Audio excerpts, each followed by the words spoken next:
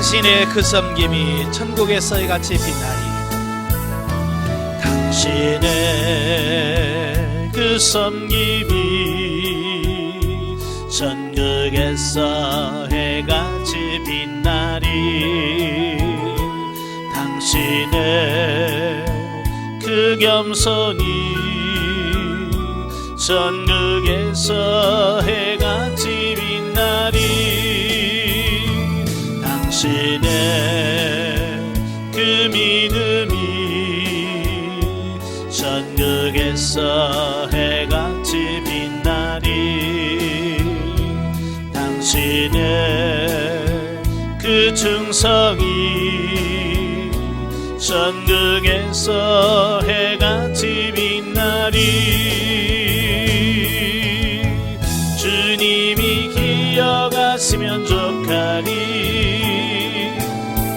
예수님 사랑으로 가득한 모습, 천사도 흠모하는 아름다운 그 모습, 천국에서 해같이 빛나리. 당신의 그 순종이 천국에서 해같이 빛나리. 당신의 그 사랑이 천국에서 해같이 빛나리. 당신의 그 찬송이 천국에서 해같이 빛나리. 당신의 그 헌신이 천국에서 해같이 빛나리. 주님이 기억하시면 좋가리.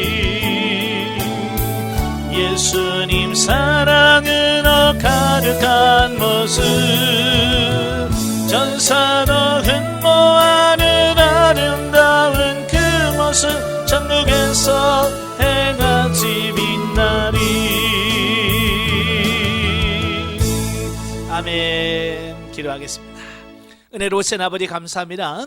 오늘 우리를 사랑하셔서 귀한 훈련의 장소로 인도하시고 빌레몬서의 말씀을 같이 상고할 수 있도록 은혜 주셔서 감사합니다. 오늘도 말씀 나올 때 그 말씀들이 살아있는 말씀이요 생명의 말씀이 되어 우리 영혼이 새로워지는 데 귀한 영의 양분이 될 수 있도록 주님께서 도와주시옵소서.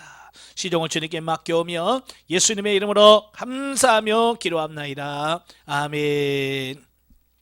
예, 이 시간에는 우리 교재 217페이지 빌레몬서 서론적 이해 같이 보도록 하겠습니다. 217페이지 제목을 보면 본서는 바울이 소아시아의 루카스강 유역에 위치한 골로새 교회 성도인 빌레몬에게 보낸 개인적 서신입니다.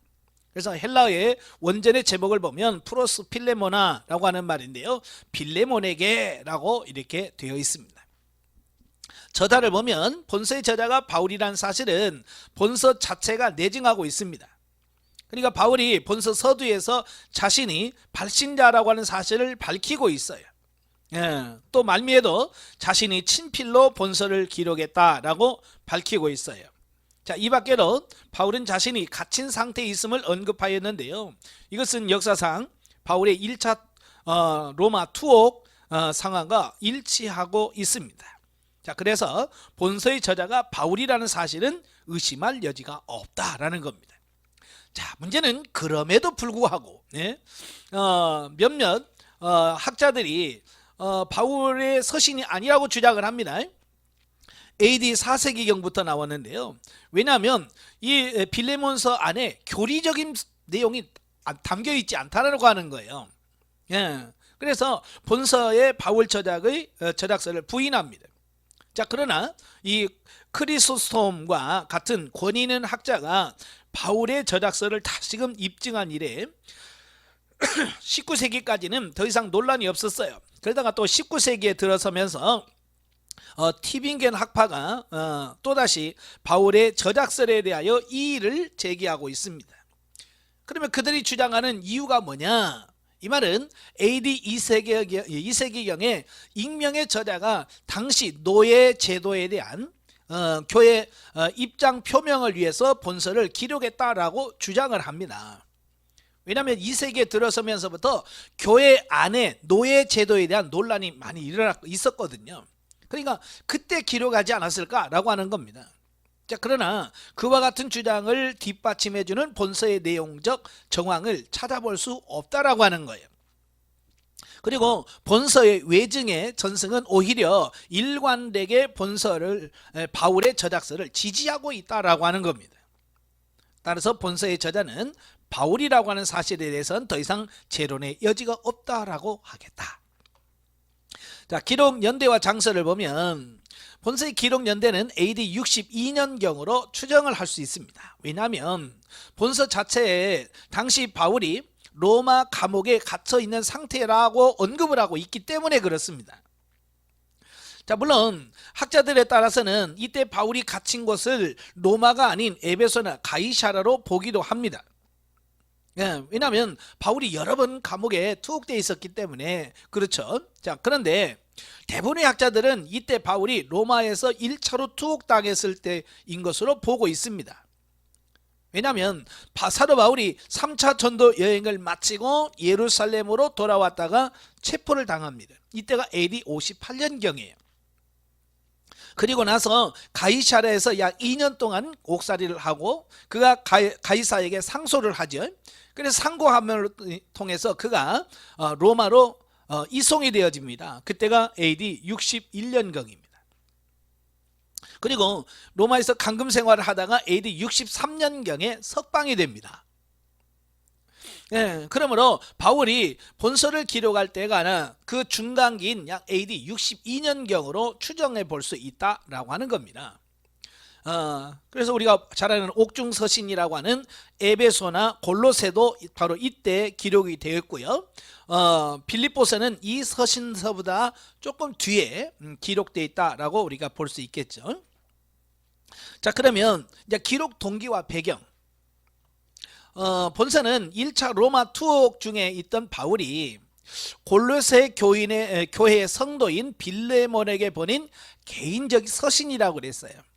그래서 빌레몬은 바울이 이전에 에베소의 그 두란노 서원에서 전도했을 때 회심했을 것으로 추정할 수 있습니다.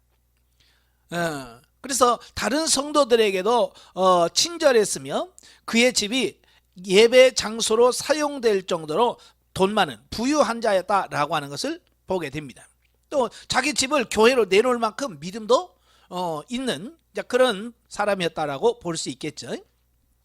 한편 본서에서 바울이 빌레몬에게 중재하고 있는 오네시모는 바로 그 빌레몬의 집의 노예로서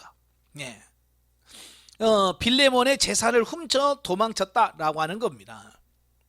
그 후 오네시모는 로마에서 비록 감금 생활을 하고 있던 중이었지만 비교적 자유롭게 사람을 만나며 전도하던 바울을 만나게 돼요. 로마로 도망갔다가 로마에서 누구를 만나냐? 바울을 만나게 됩니다. 그래서 바울을 통해서 회심을 하게 되고 예수 그리스도를 믿게 되어집니다. 그 후 이 오네시모는 이제 바울을 도와 복음사에게 힘쓰는 하나님의 일꾼이 되었고 바울에게는 없어서는 안 될 중요한 바울의 동역자가 되었습니다. 근데 문제는 뭐냐면 당시 로마법이에요. 당시 로마법에 의하면 주인에게서 달아난 종은 사형에 처하도록 되어 있습니다. 때문에 바울은요, 이 오네시모를 곁에 두고자 해도 주인의 허락 없이는 그렇게 할 수 없었다라고 하는 겁니다. 당시 법에 걸리는 겁니다. 요즘에도 그래요. 죄인이 범죄한 사람들을 숨겨주면 범인 은닉죄로 처벌받거든요. 그러니까 노예를 돌려보내지 아니하고 자기가 데리고 있다라고 하는 것은 뭡니까? 당시 로마법의 현실법에 걸리게 돼 있어요. 또 오네시모 자신도 마찬가지죠. 지금 도망자의 입장이잖아요. 도망자의 입장이다 보니까 언제 걸릴지 모르는, 언제 주인 빌레몬에게 잡힐지 모른다는 두려움 때문에 도망자 신세로는 바울 곁에서 마음 놓고 하나님의 일을 할 수도 없었다라고 하는 겁니다. 뿐만 아니라 주인의 허락이 없이는 남의 노예를 데리고 있어서도 안 되며, 또 로마 당국의 허락 없이는 노예를 짐승 이상으로 인격적 대우하는 것도 금지시키고 있던 당신의 노예와 관련된 법규로 인하여 바울 자신이 해를 당할 수도 있었다라고 하는 겁니다. 그러니까 오네시모가 예수님을 믿고 변화되어서 하나님의 일꾼으로서 정말 신실하게 쓸 수 있었지만 현실의 벽에 부딪힌 겁니다. 그래서 이걸 어떻게 풀어가야 될까? 라고 고민하다가 결국은 뭐예요? 그 주인이었던 빌레몬이 그를 용서해주고 자유롭게 해주면 그게 모든 게 해결되어지는 거예요. 그죠? 예. 집주인이야 노예 문서를 파괴하고 넌 이제 노예가 넌 자유인이야라고 선포하면 끝나는 거거든요. 그래서 사도 바울이 이 편지를 빌레몬에게 보낸 거예요. 그래서 오네시모를 용서해 줘라, 그리고 자유롭게 해줘라라고 부탁을 하는 거죠. 그래서 바울은 이 모든 일을 원만히 해결하고자 오네시모를 그의 주인에게 보내면서 그의 주인인 빌레몬에게 오네시모를 용서해 줄 것과 그가 주의 일에 헌신할 수 있도록 허락해 줄 것을 요청하는 본 서신을 쓰게 된 것이다 라고 하는 겁니다. 아마 이 편지를 쓰면서도 바울은 굉장히 부담감이 컸을 거예요. 그죠? 도망 나온 노예를 도망 나온 것 용서해 주는 것도 힘든데 그를 형제로 인정해 준다라고 하는 게 쉽지 않은 일이거든요. 그래서 아마 큰 부담감으로 이 본서를 기록했다라고 보면 되겠죠. 그래서 바울은 먼저 빌레몬의 믿음과 선행을 칭찬하면서 이제 그리스도 안에서 같은 믿음의 형제가 된 오네시모에 대한 용서와 사랑을 겸손하게 간구하고 있다라고 하는 겁니다. 그리고 오네시모가 빌레몬의 용서를 받고서 복음의 사역자로서 새롭게 일할 수 있도록 허락해 줄 것을 부탁을 합니다. 그리고 오네시모로 인하여 생긴 재산의 피해는 바울 자신이 갖겠다라고 약속을 합니다. 이와 같이 바울의 실천적인 사랑의 모습이 반영되어 있는 본서는 오네시모를 위한 개인적 부탁의 서신이나 그 속에 담긴 내용은 모든 성도들은 그리스도의 희생적 사랑을 본받아 이웃에게 용서와 사랑을 실천해야 한다라고 하는 시대를 초월한 교훈을 주고 있다라고 하는 겁니다. 그러니까 옛날 그때만이 아니라 오늘날에도 우리가 서로 용서하고 사랑하고 해야 된다고 하는 것을, 사랑을 실천해야 된다는 것을 우리에게 교훈해 주고 있는 귀한 서신이다 그 말입니다. 빌레몬의 특징, 오타가 나왔죠. 로마서의 특징이라고 하는데 빌레몬의 특징입니다. 첫째, 본서는 개인적인 부탁을 위한 사적인 성격의 개인 서신이다. 두 번째로 바울의 서신 중에 가장 짧은 서신이다. 세 번째로, 그러나 본서의 가장 중요한 특징은 그리스도인이라면 누구나 실천해야 할 신분상의 차별을 극복하는 기독교적 사랑과 용서의 정신을 교훈하고 있다는 점이에요. 이런 본서에서는 다른 서신서와는 달리 바울이 신학자로서의 모습보다는 약간 인간 바울의 모습이 선명하게 나타나 있습니다. 우리는 이 바울을 본받아 사회 현존 제도조차 뛰어넘는 기독교적 사랑을 널리 실천해야 한다라는 겁니다. 자, 신학적 이해를 보시면, 자, 빌레몬서에 나타난 그리스도 기독론을 보면, 자, 바울은 본서에서 도망친 노예는 사형을 받도록 되어 있던 당시의 상황에서 도망친 종 오네시모를 대신하여 그의 주인인 빌레몬에게 용서를 구하고 있는데, 이는 아담 이래 범죄하고 타락한 인류를 무조건적으로 사랑하사 자신을 대속물로 내어주심으로 죄를 용서해 주신 우리 주 예수 그리스도의 사랑을 연상시켜 준다 그 말입니다. 자, 그러므로 그리스도인의 행동 규범에 있어서 규범해야 할 관용과 사랑의 정신을 교훈하고 있는 본서는 비록 직접적으로 언급하고 있지는 않지만 전 신약 성도들의 모범 되시는 죄인들의 구원을 위해 자신의 몸까지도 내어주어 희생적 사랑을 실천하신 예수 그리스도를 증거하고 있다라는 겁니다. 그러니까 직접적으로 예수 그리스도를 소개하지는 않지만 그의 사랑과 용서의 삶을 통해서 바로 예수 그리스도의 사랑을 증거하고 있다라고 하는 것. 빌레몬서의 신학적 주제를 보면 본서의 대주제는 바울이 오네시모와 빌레몬 사이의 중재 역할을 통해서 보여주고 있는 바, 모든 성도는 신분이나 상호 관계가 어떠하든지 간에 그리스도 안에서 한 형제 자매된 자들로서 마땅히 서로 실천적인 사랑과 용서의 정신을 가져야 한다라는 것입니다. 예. 세상에는요, 신분의 차별이 심하죠. 예. 또 서열이 존재하고 있고, 자, 그래서 세상에서는 이런 불공평한 부분이 많아요. 그런데 교회 안에서도 여전히 그러면 되겠습니까? 안 되겠죠. 예. 교회 안에서 뭐 서열이 있다거나 이러면 안 되겠죠. 상관없이 모두가 사랑해야 돼. 그리고 이러한 대주제 외에 빌레몬에게 오네시모를 용서해 줄 것을 부탁하는 바울의 겸손한 자세도 성도들 간에 지켜야 할 신앙 윤리가 어떠한 것인가를 잘 보여주고 있다라고 하는 겁니다. 그러니까 바울은 목회자로서 또 빌레몬을 전도한 사람으로서 사도로서 얼마든지 빌레몬에게 내가 명령한다, 너 용서해줘 라고 명령적으로 할 수도 있다 그 말이에요. 그죠? 그럼에도 불구하고 바울은 그러지 않았어요. 내가 사도권을 인용해서 그런데 너 용서해줘 라고 명령하지 않았다는 겁니다. 이건 뭘 의미하냐면 오늘날 목회자와 성도들의 관계가 상하 명령적인 관계가 되면 안 돼요. 그러니까 세상에서 위에 상급자와 하급자라고 하는 어떤 이런 계급적인 관계가 아니라는 거예요. 아시겠죠? 예. 그래서 서로 존중하고 배려하고 사랑하고 이런 관계 속에서 목회자와 성도와의 관계가 유지되어야 된다라고 하는 겁니다. 한때 우리나라에도 목사님들이 막 그 장로님들 불러가지고 막 하는 이게 유행한 적가 있어요. 예전에 이미 돌아가셨으면 이천성 목사님 같은 경우는 막 권사들한테 2년 전형 그래가면서 장로님한테 이 새끼 저 새끼 그러면서 막 했잖아요. 어쩌면 그분에게만 특별하게 주어진 어떤 그런 부분들이거든요. 근데 문제는 뭐냐면 그걸 무비판적으로 그냥 받아들여서 그냥 자기 교회에서 막 하는단 말이에요. 그건 절대로 아닙니다. 교회에서는 인격적으로 해야 돼요. 아시겠죠? 그러니까 나이가 많으면 교회에서는 그의 뭐 집사님이든 뭐든 상관없어요. 나이가 많으면 일단 존중해 줘야 돼. 그럼 나이가 어리면 뭐 얕봐도 되는 거 아니란 말이에요. 교회에서는 나이가 적고 많고를 상관없이 우리는 모두에게 존중해 주고 그를 공경해 줄 수 있는 삶이 돼야 돼요. 그래서 우리 목회자들이 성도들에게 존칭어를 써주는 거 그게 참 좋아요. 예. 나이가 어리다고 일로 와봐 그러지 말고 그죠? 그런 분 안 계시겠죠? 예. 젊다고 말 놓고 그러면 안 됩니다.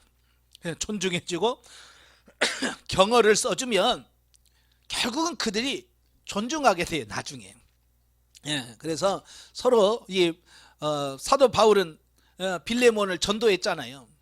또 사도잖아요. 그냥 얼마든지 명령적으로도 할 수 있음에도 불구하고 그는 명령하지 않고 부탁하는 이런 모습을 통해서 오늘 목회자의 그 처신 자세가 어떠해야 되는가라고 하는 부분을 보여주고 있습니다. 첫째, 모든 성도는요 그리스도 안에서 한 형제라는 것이에요. 그러므로 이미 천국 시민권을 가진 자이긴 하나 이 땅에 사는 동안에는 필히 갖게 되는 인종이나 성별, 사회적 지위나 신분 그 밖에 어떤 상호관계에 있어서 서로 차별하거나 업신여겨서는 안 된다. 바울은 너희는 유대인이나 헬라인이나 종이나 자유자나 남자나 여자 없이 다 그리스도 예수 안에서 하나다라고 말씀해 주고 있습니다. 여러분 직장에서는 직급이 있을 수밖에 없어요. 사장이 분명히 존재하고요. 부장, 과장 뭐 이런 게 다 있을 수 있습니다. 문제는 뭐냐? 교회 안에서조차도 그런 계급이 있으면 안 된다는 거예요. 교회에서는 다 같은 형제 자매가 되어야 된다라고 하는 겁니다. 근데 은연중에 교회 안에는 또 이런 직급이 있어요. 그래서 뭐 예를 들어서 개척 멤버급 뭐 이런 게 있어요. 그래서 개척 멤버들이 뭐 어떤 조직을 형성해 가지고 교회에 힘을 쓴다는 이런 부분들이 있는데 그건 절대로 있을 수 없다 그 말이에요.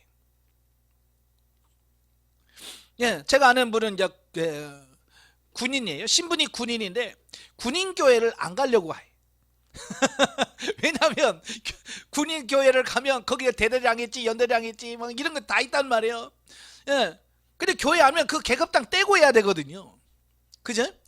교회 오면서 뭐 연대장, 대대장 이걸 다 떼야 되는데 교회 와서도 나는 연대장이야 라고 하면서 그걸 자꾸 하니까 예, 계급이 높은 사람이야 괜찮겠지만 낮은 사람들 얼마나 그 부담되겠어요.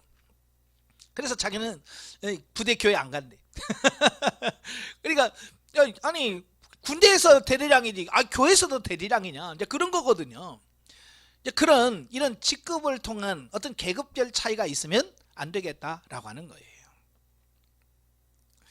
두 번째로 믿음 안에서 한 형제 된 성도들은 서로 내 몸과 같이 사랑해야 한다는 겁니다.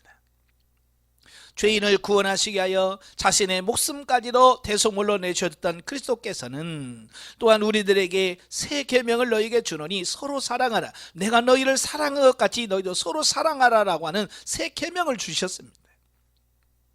그러므로 우리 모든 성도는 마땅히 서로 사랑을 하되 말과 혀로만 사랑할 것이 아니라 오직 행함과 진실함으로 해라.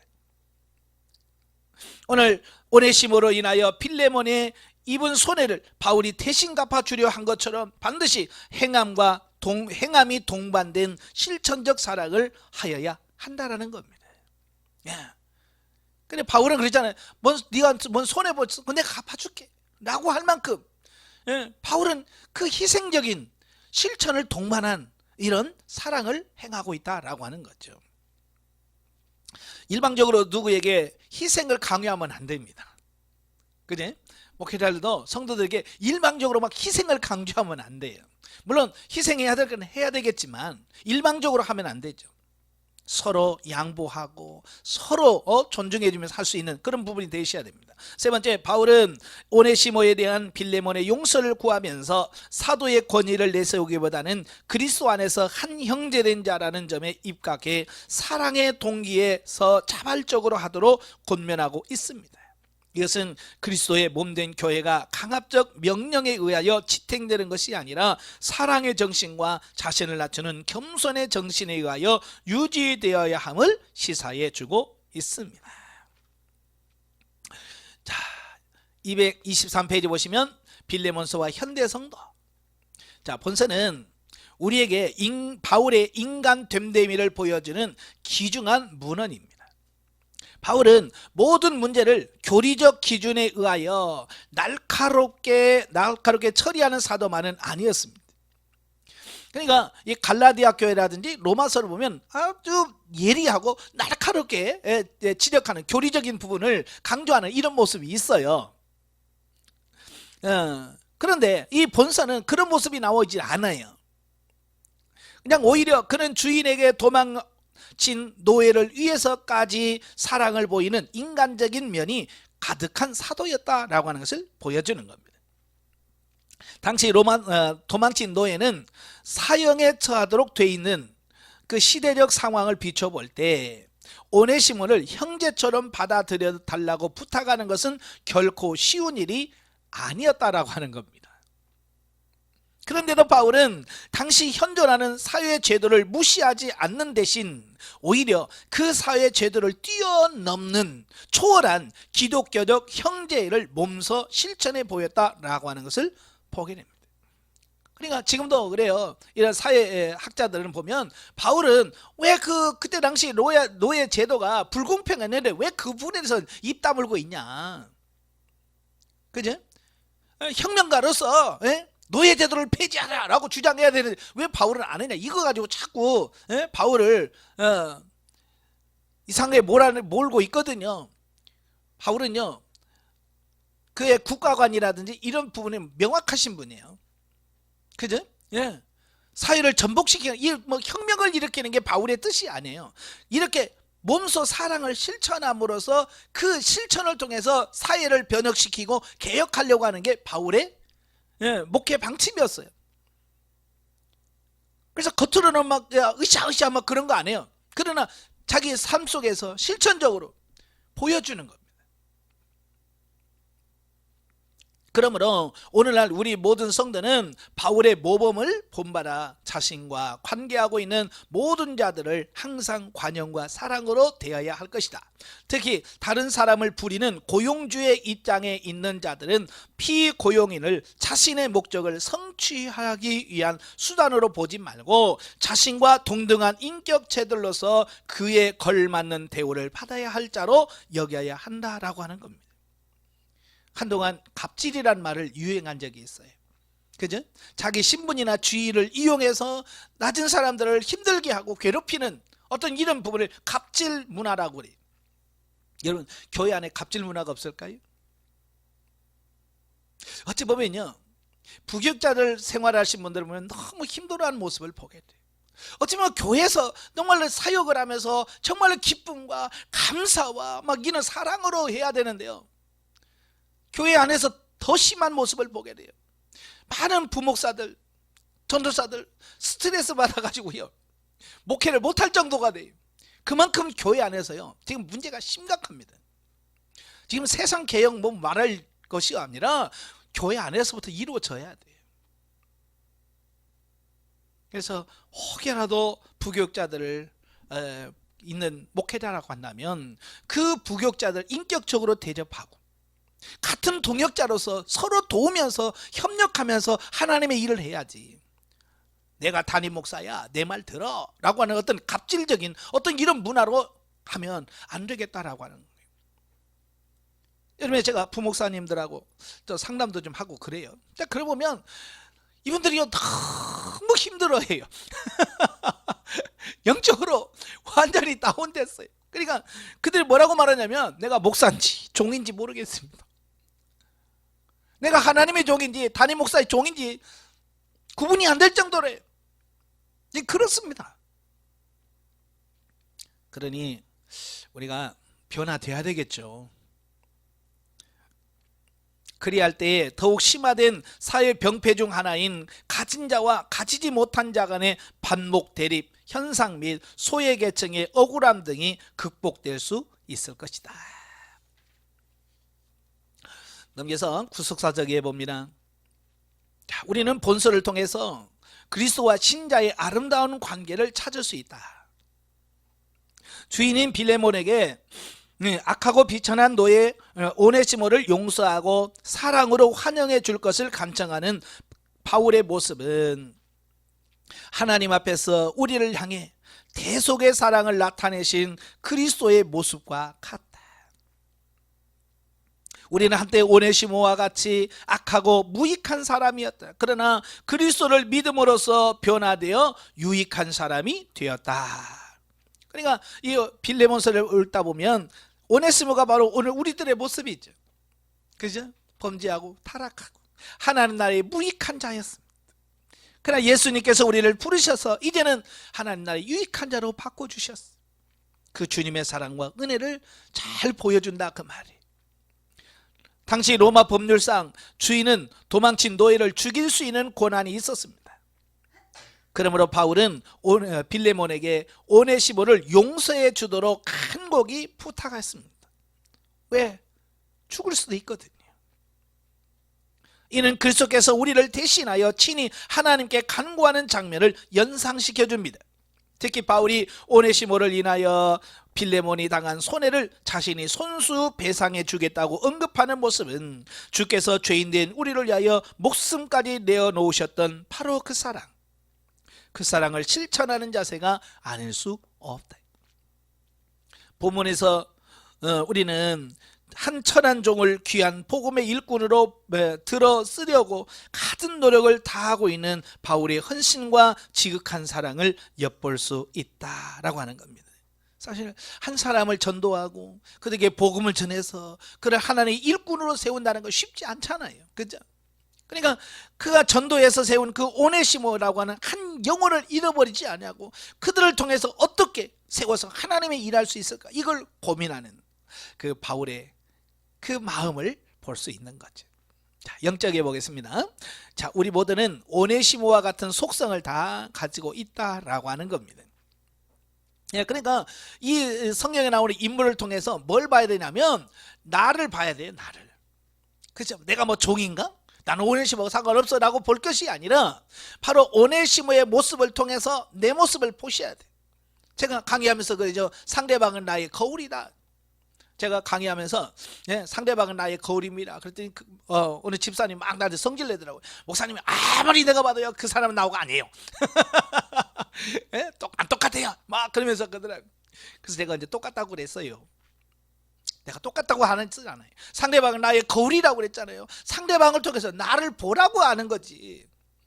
그죠? 거울을 보면 뭘 봐요? 나를 보라는 거예요. 내 모습이 어떤지, 내 형상이 어떤지 나를 보는 겁니다. 그게 상대방을 바라보면서 거기서 내 모습이 어떤지를 보라는 겁니다. 고집 피운 사람들 보면서 나 저 사람 똑같지 그게 아니라 내 속에도 저 사람 같은 고집이 있구나. 내 안에는 고집을 봐야 돼요. 그러니까 항상 상대방을 통해서 나를 볼 수 있어야 된다라고 하는 것을 보게 돼요. 그러나 다른 사람의 악한 죄와 흠은 보여도 정작 타인을 통해서 자신의 모습을 보지 못하는 소경의 모습을 하고 있지 않는지 자신을 점검해 봐야 한다. 어떻게 우리는 그렇게 다른 사람을 잘 보이는지 몰라요. 그지? 네. 어느 목사님은 저한테 그래요. 목사님 왜 나는 다른 사람을 위해서 기도하면 하나님 음성이 잘 들리는데 왜 내 문제는 안 들려요? 이런 질문하죠. 그러니까 다른 사람을 위해서는 막 열심히 기도도 해주고 막 예언도 해주고 그런데 막상 자기 문제는 하나도 안 돼. 이런 분들이 너무 많거든요. 더 영적으로 더 성숙한 단계에 들어가야 돼요. 자기 모습을 볼 수 있는 단계까지 들어가야 돼요. 그게 진짜예요. 남의 모습 잘 봐가지고는 안 돼요. 복음은 사람을 변화시킵니다. 오네시모와 같이 누구든지 하나님의 은혜로 변화될 수 있습니다. 우리는 현재 그 사람의 모습을 보고 판단할 것이 아니라 그가 주님 안에서 변화될 것을 기대하며 인내해야 하며 또한 잘못을 뉘우치는 자들을 용서할 수 있는 관용을 베풀어야 된다라고 하는 겁니다. 참 사실 사람은요 언제 어디서 어떻게 변화될지 몰라요. 그죠? 그러니까 제가 가끔 그런 얘기 하잖아요. 참 옛날 주일학교 제가 교육전사 있을 때 참 그 개구장이 얼마나 개구장인지 기도하자 그러면 엉뚱한 짓 하고 찬송하자 그러면 뭐라고 주기도문 하자 그러면 막 달라달라달라 하고 저게 진짜 인간 될까? 주일학교 때 저게 진짜 인간이나 될까? 그랬는데 얘네들이 성장해 가면서 끗하게 반듯하게 서 있는 모습을 보면서 옛날 모습이 안 보이네. 그지? 만약에 30살이 됐는데 옛날 그 주일학교 모습이 그대로 남아있으면 어떡할까요? 그거 사람 노릇 하겠습니까? 못하죠. 변화돼요. 그러니까 지금 그래요. 교회 다녀서 막 예배 시간에 장난치고 그래도 너희는 나오지 마 그러려면 나 그런 말 안 해요. 그냥 교회 들랑달랑 하더라도 언제 그 아이가 어떻게 예수님 만나서 변화될지 그건 아무도 모르는 거예요. 그러니까 교회에서 마찬가지예요. 여러분 말 안 듣는 성도 있어요. 분명히 교회 가면 아유 저 인간 진짜 변화될까라고 생각하는 사람 있어요. 그럼에도 불구하고 그 인간도 언젠가는 바뀌어요. 언젠가는 바뀔 거예요. 그러니까 그걸 소망하면서 현재 미워하지 말고 기회를 주고 사랑하다 보면 오네시모처럼 바뀌는 날이 옵니다. 아시겠죠? 그래서 사람 하나 바뀌는 게 정말 쉬운 게 아니거든요. 인내하시고 기다리는 우리가 되어야 됩니다. 자, 참고로 그 빌레몬이라는 인물을 한번 보죠. 빌레몬은 사랑과 관용의 평신다 지도자입니다. 인적사항을 보시면 빌레몬이라고 하는 뜻은 사랑을 간직한 자라는 뜻입니다. 그러니까 이름부터가 참 좋죠. 사랑을 간직한 자. 그는 골로새 출신이고요. 목회자인 아키뽀의 아버지고요. 또 아비아라고 하는 부인의 남편이라고 할 수 있겠죠. 자, 그다음에 달아난 오네시모의 주인이고 바울의 동역자면서 빌레몬서의 수신자이고 교회의 유력한 지도자다라고 이렇게 볼 수 있습니다. 자, 시대적인 배경을 보면 자 골로새 교회의 평신도 지도자로서 빌레몬이 활동한 시기는 바울의 3차 전도 여행 때부터 1차 로마 투옥에 이르는 시기로 볼 수 있다.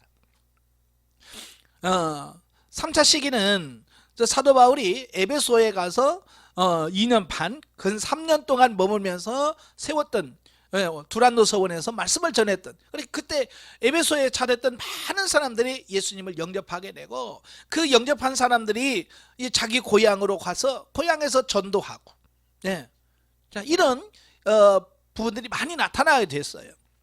그 상황에서도 빌레몬도 이 바울에게 복음을 전함받고 그가 기독교로 개종하는 이런 무리였다라고 볼 수 있겠죠. 빌레몬 당시의 사회는요, 고대 로마의 노예 제도가 여전히 합법적으로 공인되어 존속하고 있었고요, 당시 로마 전역 전 지역에 6천만 명이나 되는 노예가 있었다라고 그래요. 6천만 명이면 지금 우리나라 인구가 지금 4천 얼마, 5천만 명 되나요? 그럼 우리나라 지금 현재 대한민국의 인구보다 더 많은 노예가 있었다라고 하는 거예요. 로마 제국 안에. 노예가 얼마나 많이 있었는지 아시겠죠? 그래서 이 노예들은 주인의 사유 재산에 불과한 것으로 그들의 생명을 포함한 모든 권리는 주인의 임의대로 처리할 수 있었다라고 하는 겁니다. 특히 도망간 노예에 대한 처벌은 잔인할 정도였습니다. 채찍으로 때리기도 하고 십자가의 형태를 달려 죽이기도 했습니다. 왜?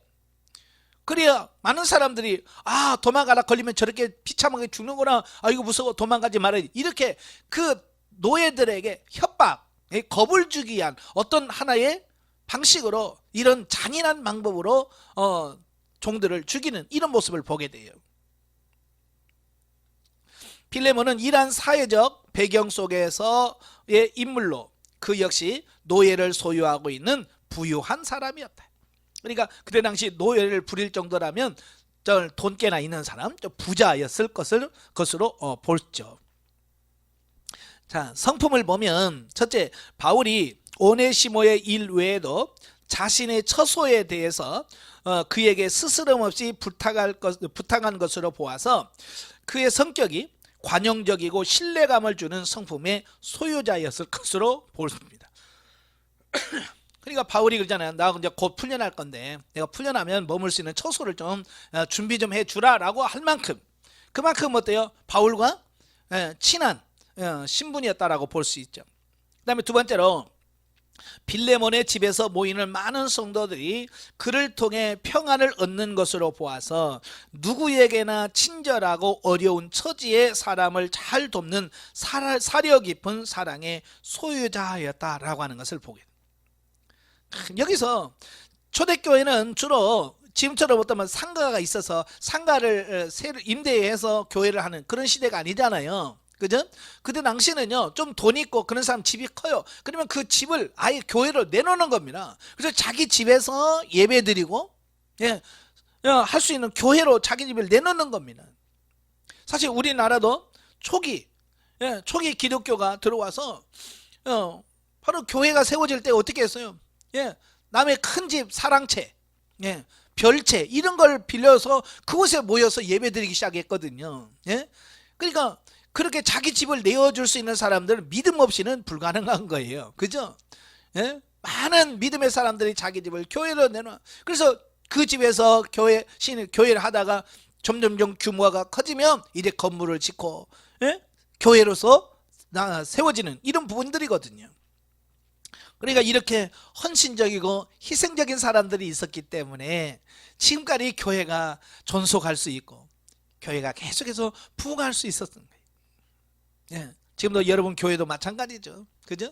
누군가가 희생하고 헌신하는 사람이 있기 때문에 교회가 운영되어지는 겁니다. 그들의 수고와 헌신에 대해서 우리가 감사할 줄 알고 귀하게 볼 수 있는 이런 부분이 되셔야 됩니다.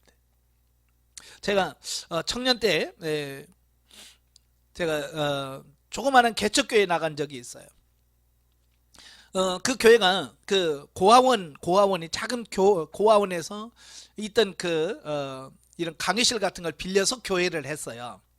이제 고아원이 있는데 어려우니까 그 비어있는 그 강의실 같은 것을 교회로 임대를 해주고, 그래서 그 교회에서 임대를 얻어서 개척교회를 했거든요.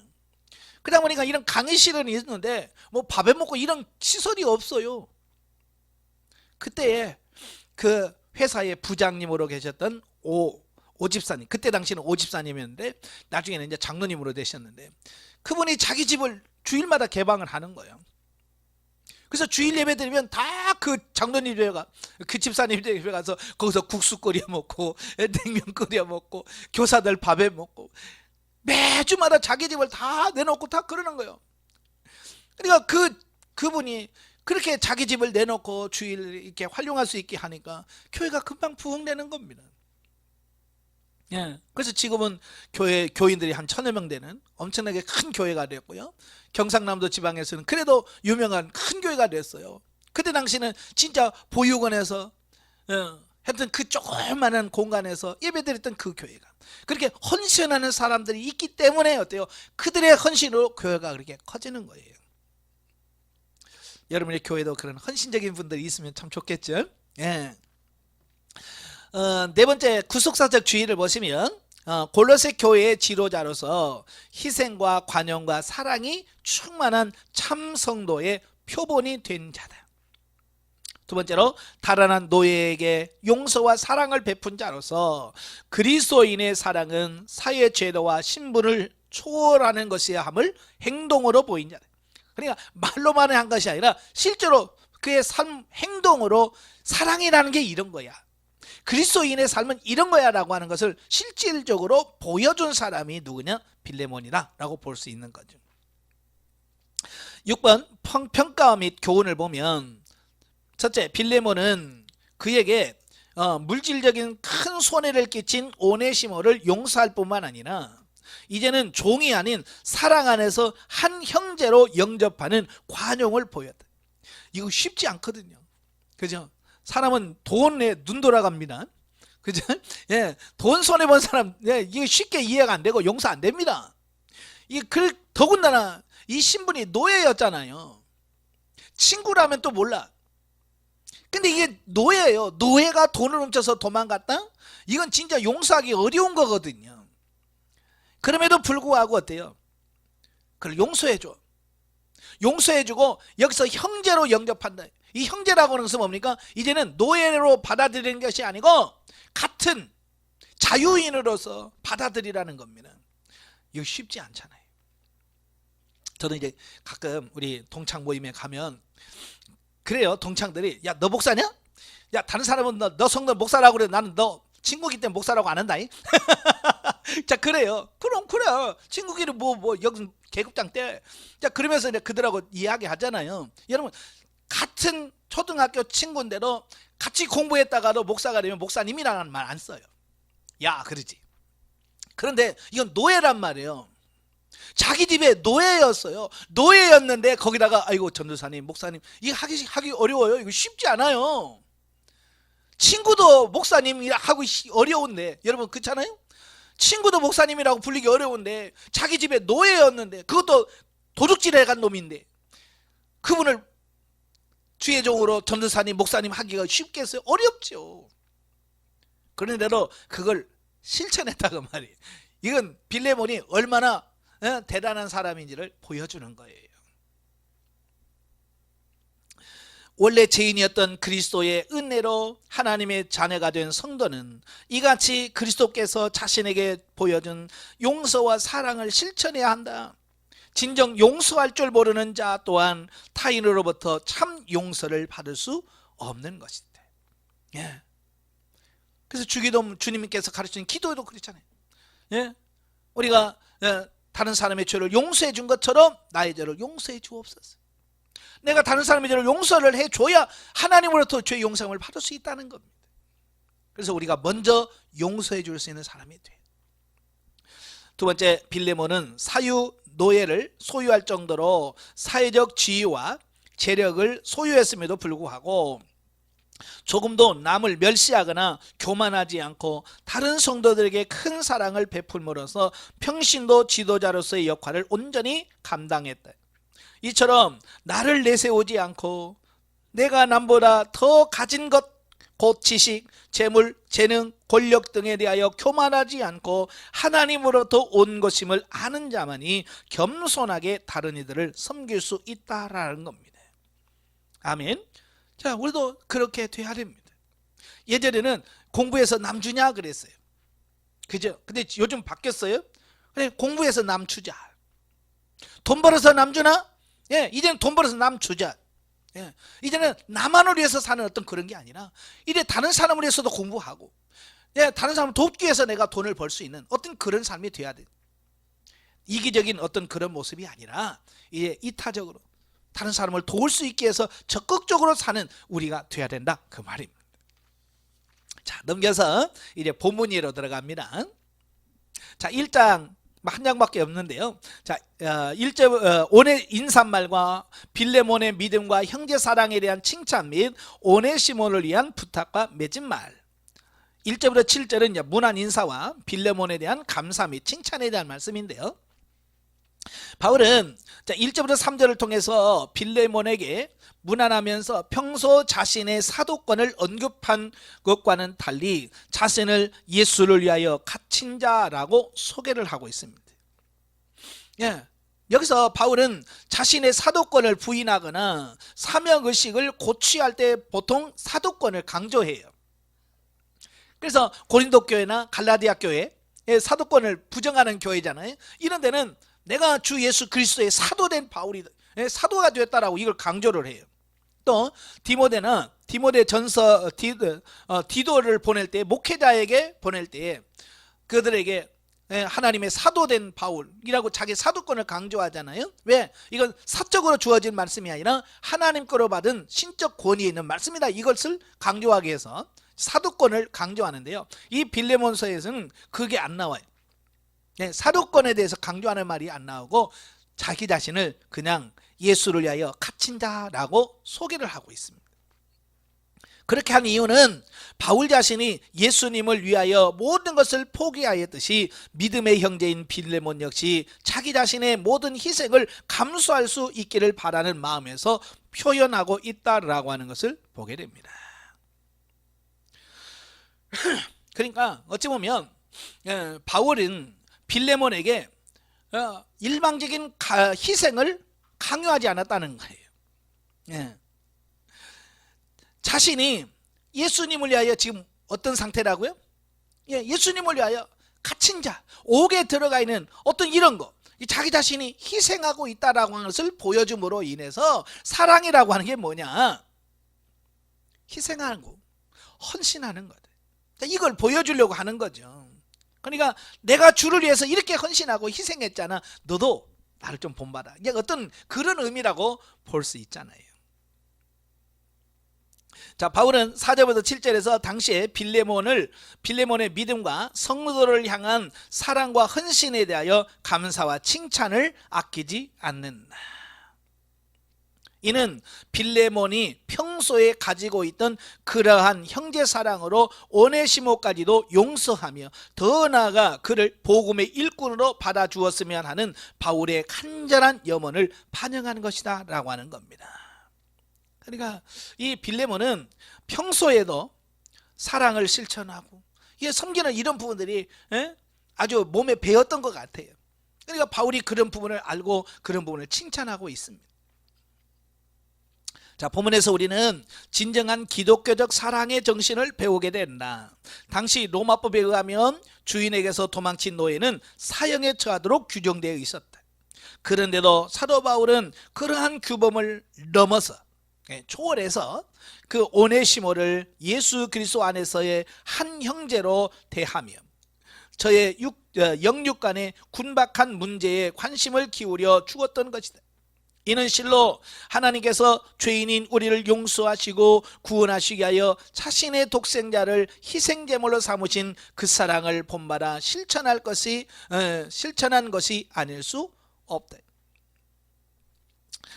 당신은, 이 노예는 사람 취급을 받지를 못했어요. 그냥 짐승과 어떤 사유재산으로 인식되어지는 그런 시대라 그 말이에요.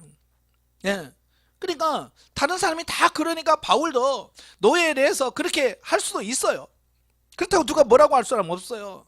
아니 노예를 노예같이 대하는데 누가 뭐 그렇게 할 수 있겠습니까? 아무 말도 안 해요. 그럼에도 불구하고 바울은 그렇게 하지 않아요. 그래서 오네시모를 죄인으로 보고 노예로 보는 것이 아니라 구원받아야 될 한 영혼으로 보는 겁니다. 영혼으로 바라보니까 똑같은 거예요. 돈 많은 사람이나 없는 사람이나 신분이 높은 사람이나 낮은 사람이나 그 구원받을 영혼으로 바라보면 다 똑같은 거예요. 그러니까 바울은 그 오네시모를 사랑하게 돼요. 가끔 보면 그래요. 어느 분이 와서 저한테 그래요. 아유 우리 교회는요 목사님은요 돈 많은 사람만 좋아하고요 우리같이 가난한 사람은 별로 안 좋아해요. 뭐 이런 말을 하거든요. 예?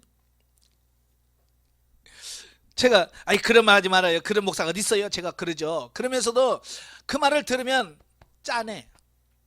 가슴이 아파요.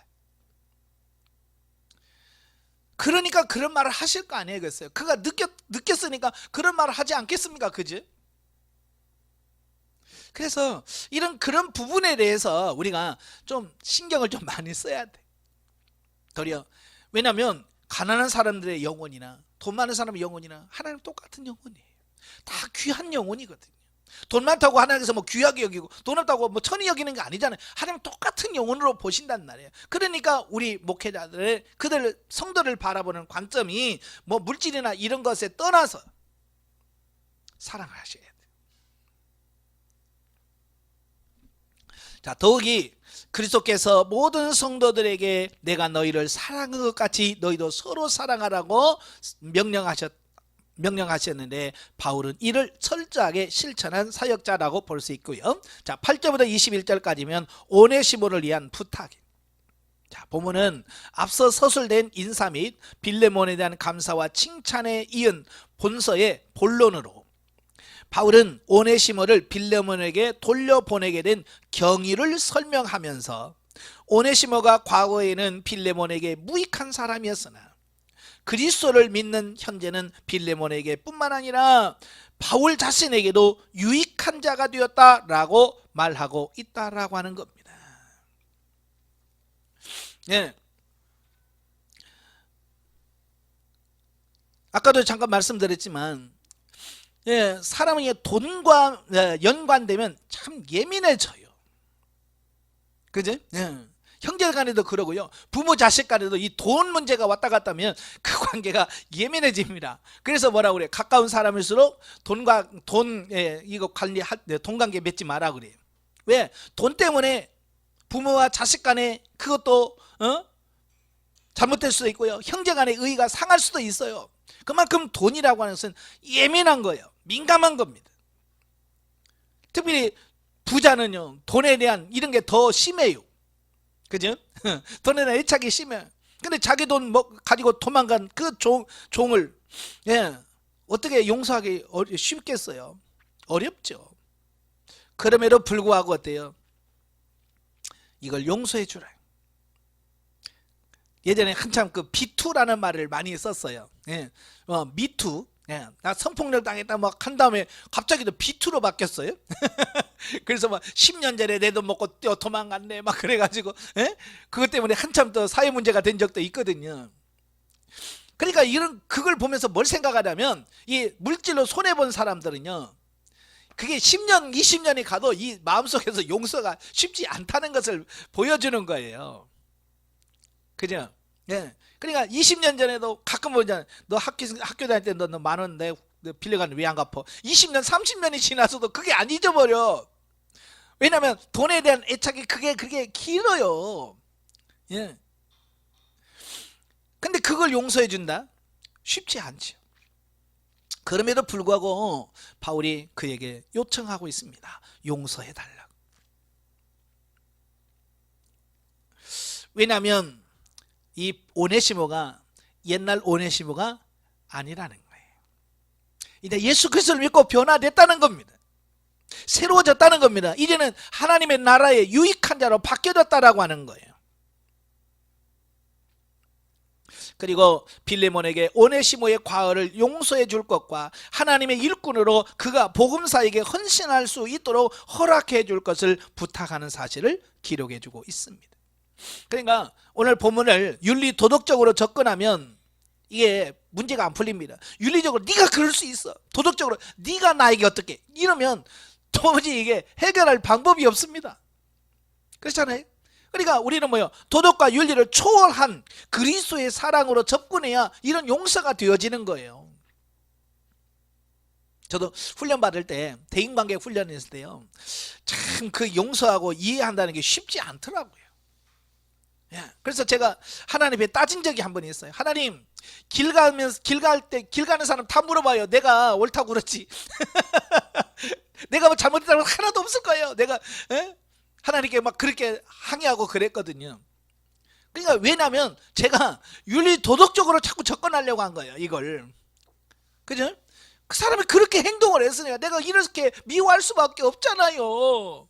윤리적으로 도덕적으로 접근하니까 이게 용서가 안 됐던 거예요. 그러니까 제가 오직 했으면 길 가는 사람 다 막 물어보세요. 내가 맞다고 그랬고요, 내가 그랬다니까. 근데 조금 지나고 진리 단계 들어가니까 윤리와 도덕적으로 접근하면 안 된다는 걸 알겠더라고요. 이건 그리스도의 사랑으로 접근해야 그게 이해가 되고, 그러니까 그리스도 사랑으로 딱 보니까 그게 다 용서가 될 수 있는 거예요. 옛날 도덕적으로 윤리적으로는 이해가 안 돼요. 용서가 안 되는데 그리스도의 사랑으로 들어가니까 용서가 되더라고 말이에요. 예? 그래서 우리가 성장하고 성숙해야 돼. 아시겠죠? 예. 그러니까 바울은요, 그에게 그냥 옛날 자문에는 좀 용서해 줘, 그리고 다시 노예로 부려, 그 정도가 아니잖아요. 이제는 그를 뭐라고 그래? 형제로, 사역자로, 목회자로 인정해 주라는 겁니다. 참 보세요. 이 빌레몬은 오네시모로 볼 때마다 무슨 생각 들을까요? 저 도둑놈, 내 돈 가져간 놈. 그런 생각이 있지 않겠어요? 그죠? 그래서 예를 들어서 오네시모가 예를 들어 설교한다고 생각해봐요. 그러면 그 속에서 무슨 생각이 되겠어요? 저는 내 돈 띄어먹더니 저 거짓말 같은, 뭐 이런 생각 때문에 그 말이 제대로 들어오겠습니까? 그죠? 참 쉽지 않을 거예요. 이게 쉽지 않아요. 근데 그걸 요청하고 있어요, 바울은. 네가 가지고 있던 선입견, 네가 가지고 있는 선지식, 그걸 내려놓으라는 거예요. 우리도 이제 우리 성도들을 바라볼 때 이런 선지식을, 내가 이미 예전에 갖고 있었던 그 사람에 대한 편견, 이걸 내려놓아야 돼요. 그래야 그를 품을 수 있고요, 사랑할 수 있습니다. 그런데 실상 바울은요, 이 일을 함에 있어서 자신의 사도권을 빌어서 빌레몬에게 명령할 수 있었다. 그러나 바울은 그러하지 아니하고 다만 자신이 연장자로서 또 동무로서 빌레몬에게 간곡히 부탁할 따름이었다라고 하는 겁니다. 왜? 명령하면 억지로 할 수밖에 없잖아요. 그죠? 왜? 명령이니까. 사도가 뭐 하는데 뭐 내가 뭘 힘이 있습니까? 뭐 이러면서 할 수 있잖아요. 이건 뭐예요? 진정한 용서와 화해가 아니겠죠. 억지로 하니까. 그래서 사도 바울은 부탁을 하는 거예요. 이건 자발적으로 네가 좀 해줘라 라고 하는 거거든요. 자발적으로 순종하기를 원해서 명령적으로 하지 않고 부탁을 한 거예요. 이는 무릇 교회의 지도자 위치에 있는 자들은 성도들을 권면하고 교훈함에 있어서 강압적으로나 권위적으로가 아니라 사랑과 섬김의 겸손한 자세로 먼저 본을 보여 성도를 각자가 자발적인 마음으로 기꺼이 그 권면과 교훈을 따르도록 해야 함을 교훈하고 있습니다. 그러니까 목회자에게서 정말 중요한 거예요. 성도들한테 이거 해 저거 해라고 명령할 수 있습니다. 그러나 그래가지고는 진정한 섬김, 하나님을 향한 믿음이 성장할 수가 없어요. 자발적으로 할 수 있도록 권면하고 기도해 줄 수 있는 그런 부분이 필요한 거예요. 다음으로 바울이 오네시모를 대신하여 빌레몬에게 용서를 구한 사실은 그리스도께서 우리를 대신하여 친히 하나님께 간구하는 장면을 연상시켜 준다.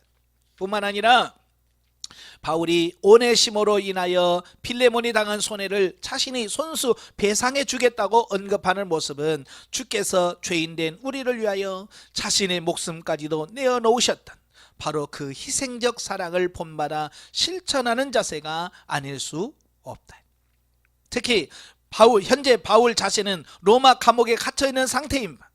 자신의 신변을 염려해야 할 처지에 있으나 자신을 위해서보다 먼저 남을 위해 염려하고 애쓰고 있으며, 여기서 우리는 바울의 위대한 헌신적 사랑과 희생정신을 충분히 알 수 있다. 사람은 그러잖아요. 내 코가 석자요. 에? 자기를 먼저 생각할 수 있잖아요. 그죠? 근데 지금 바울은 자기 처신을 생각하는 게 아니라 지금 오네시모를 어떻게 구원해서 하나님의 일꾼을 세울까? 그 부분에 온통 관심을 갖고 있는 이런 부분이죠.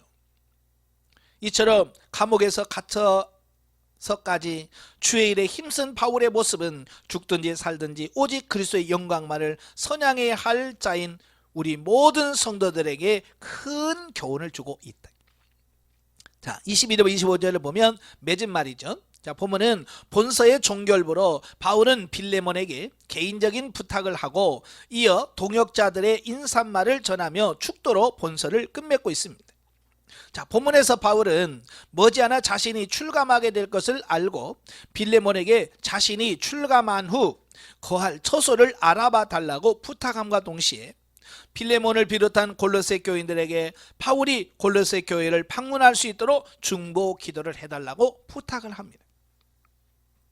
자, 여기서 우리는 그리스도 안에서 한 형제 자매된 성도들 간에는 하나님 나라의 확장을 위한 일에 서로 필요한 도움을 요청하는 것이 결코 부끄러운 일이 아니라는 것과, 그렇죠.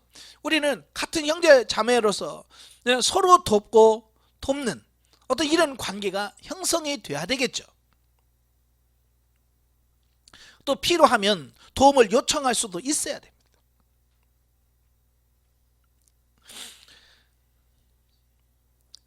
또한 도움을 구하는 것에 자에게는 기꺼이 실제적인 도움을 베푸는 실천적 사랑을 소유해야 함을 교훈해주고 있습니다.